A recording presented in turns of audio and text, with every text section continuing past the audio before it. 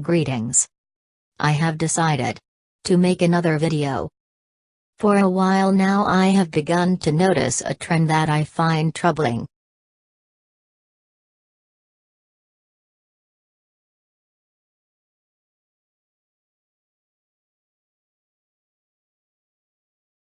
There seems to me to be a growing desire to censor and replace historical words and objects when they are deemed too offensive for our modern tastes. They are ruled too unsightly, we must cover them up, we must put on our blinders. I realize this isn't the biggest or most pressing of issues. It may appear that I am arguing against something of little significance. Although you could also say that for the people arguing for these things as well. All that is of small importance to me, however, as I feel it is a matter of principle. Let's take the first article for example.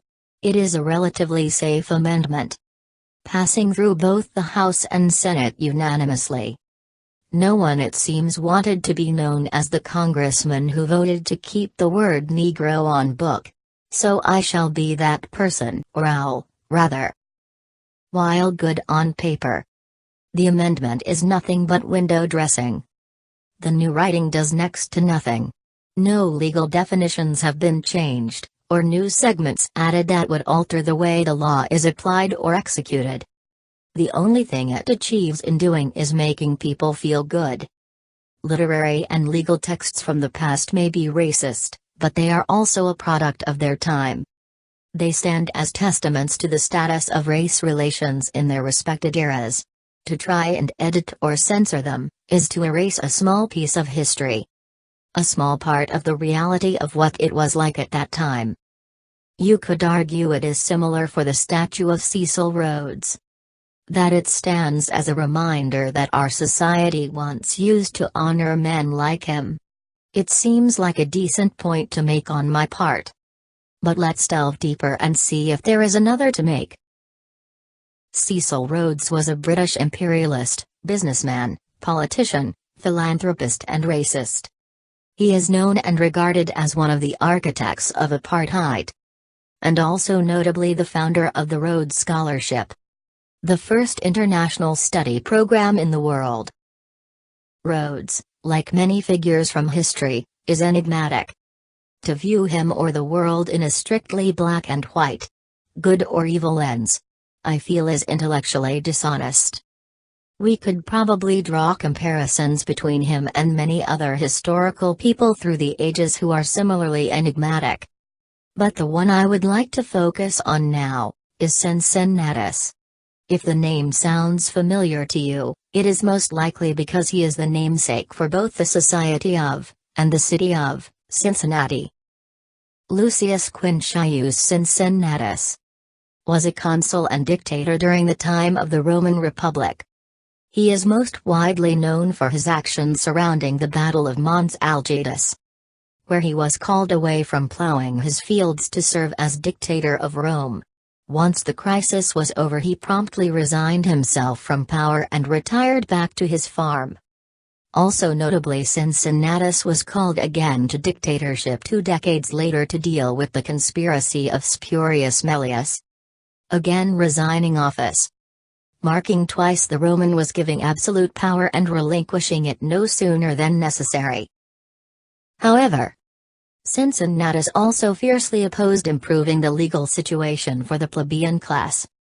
Halting reforms, for example, such as a written code of laws equally applicable to the patricians, or ruling class, as well as the plebeians, or peasantry, while holding the office of consul.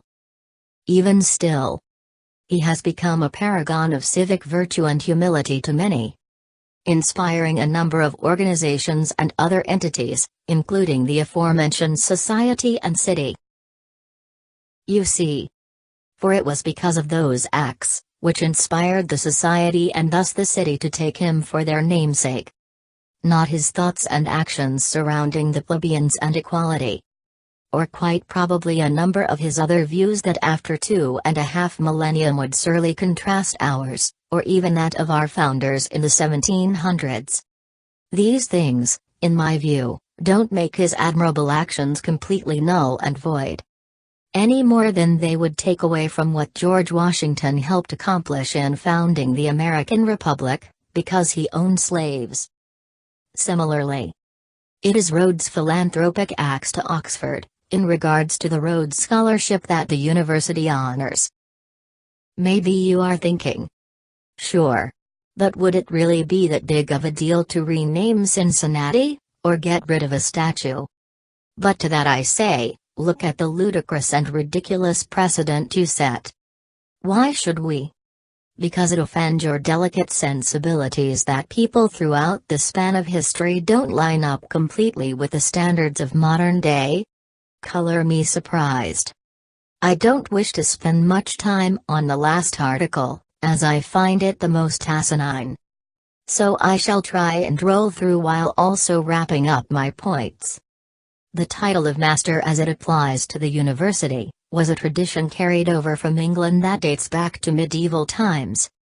It is not applicable to slavery, though there was slavery in colonial Massachusetts. Furthermore, a student referring to a professor as master is in no way comparable to a slave calling a slave driver such. No more than Harry Potter referring to Dumbledore as headmaster, or Obi-Wan calling Yoda Master Yoda. Both of which are much closer to the actual usage of the word at Harvard, meant to refer to the relationship of a teacher and the pupil under their tutelage. Towards the end of the article, it reads, Administrators at schools taking a different tack from Oklahoma Wesleyan contend that systemic racism does exist in higher education and can be addressed through symbolic progress. Yes. You could address it through symbolic progress. Although perhaps another way to address it could be through actual progress, warranted there is any actual systemic racism, of course. Don't get me wrong. Symbolism is important and all. However, you are choosing to see these things as symbols of racism instead of symbols of progress. As symbols of racism now, as opposed to as symbols of racism then. We must look at our history and understand who we once were as a people, to fully understand who we are as a people now. Hopefully this video has shined a light on a different perspective, and has given some of you something to think about. That was really my only intention when making this video. Goodbye for now.